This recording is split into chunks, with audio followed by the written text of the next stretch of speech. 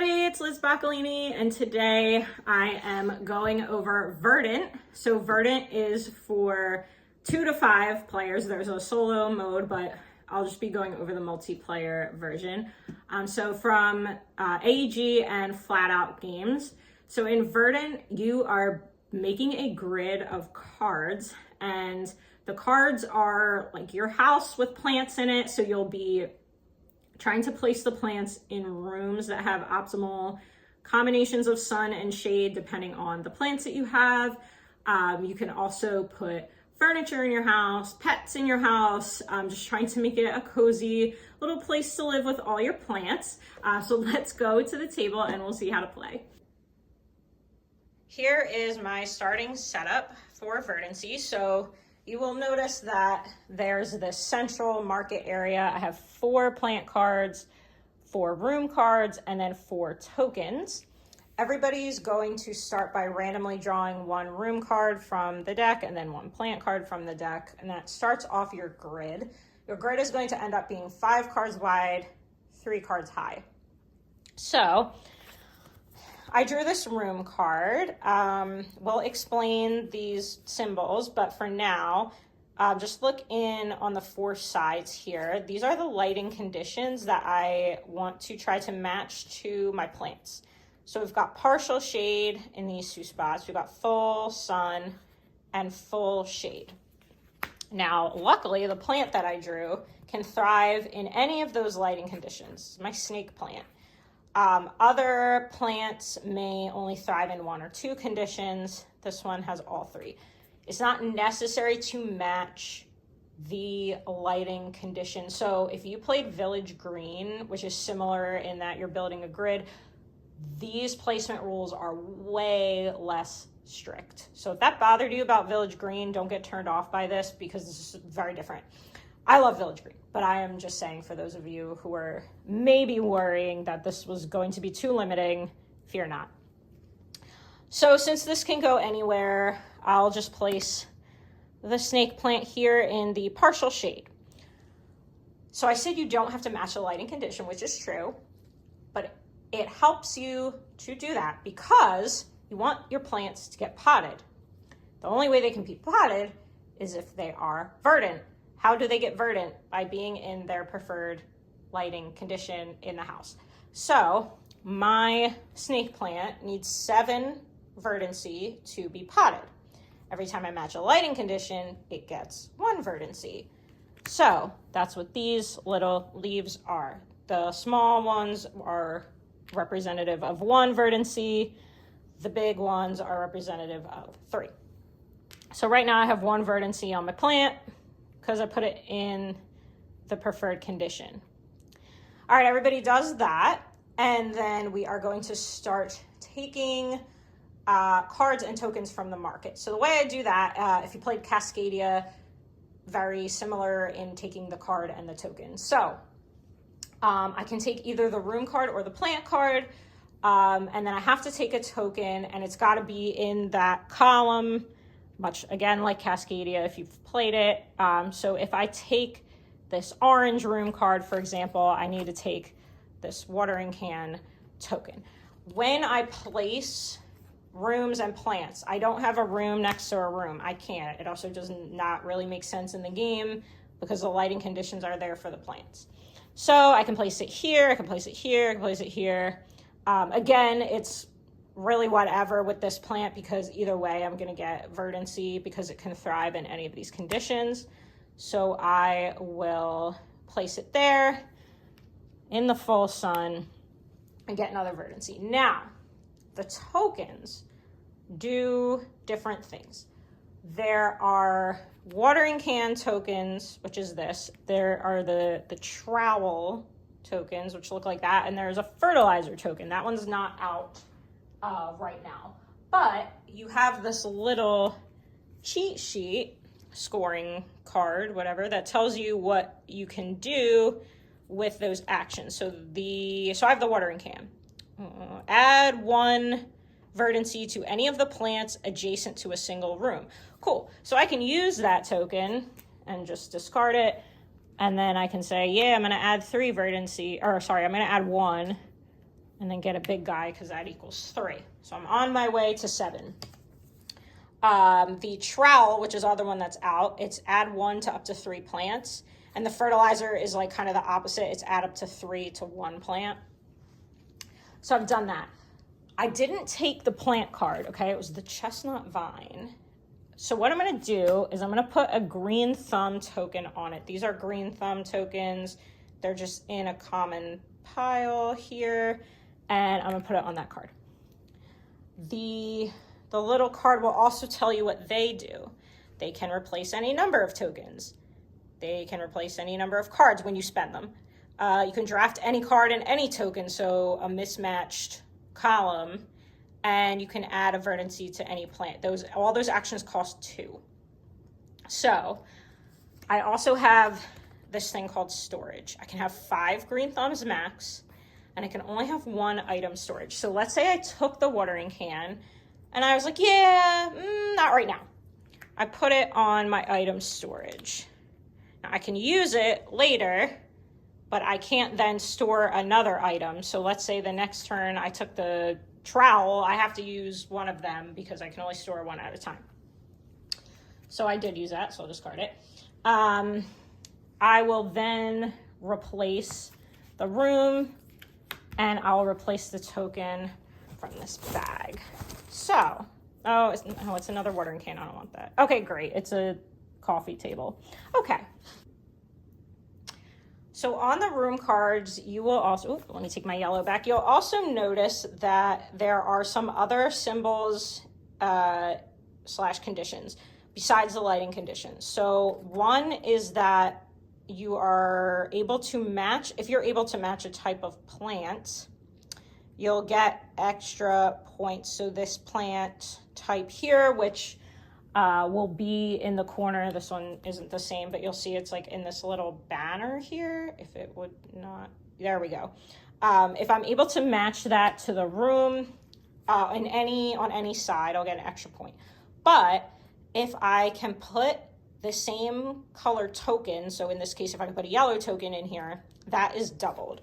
So if I've got my yellow room here, let's say I was able to take the coffee table, and now I have a coffee table in my room, and any of that type of plant on the card that's adjacent to the room, now the points are doubled. You don't have to match the color token in the room. You can still, and you don't have to match the plant type either. It's just extra points. So if I had the dog in the blue room, it doesn't matter because the dog is happy wherever. I can still do that. It doesn't get me any extra points, but I can't, I have to put the item somewhere because I only can have the 1 item in storage.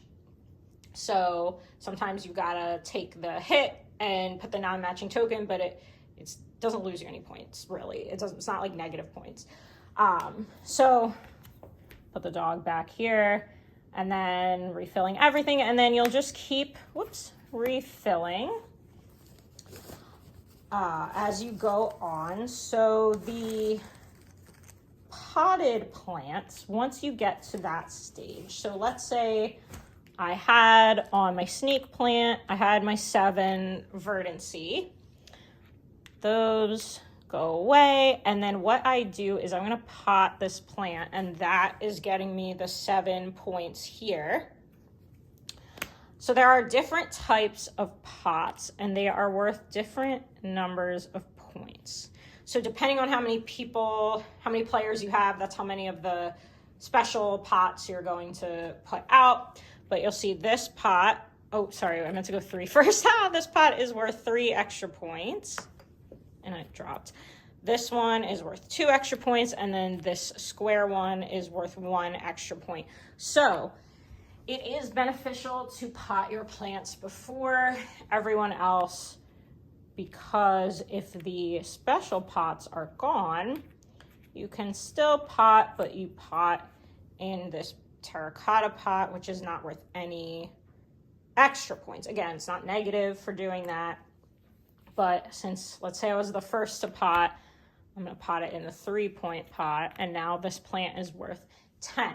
Once it's potted, it's not getting any extra verdancy. So just be aware of that. You don't keep adding on and then like double potting or anything. It's potted, it's done. That's the max amount of points that you're going to get for that plant. So you're going to go like that until everybody has got a grid of 5 wide and 3 tall rooms and plants alternating in space. And then at the end, we will count everything up and I'll show you how to do that.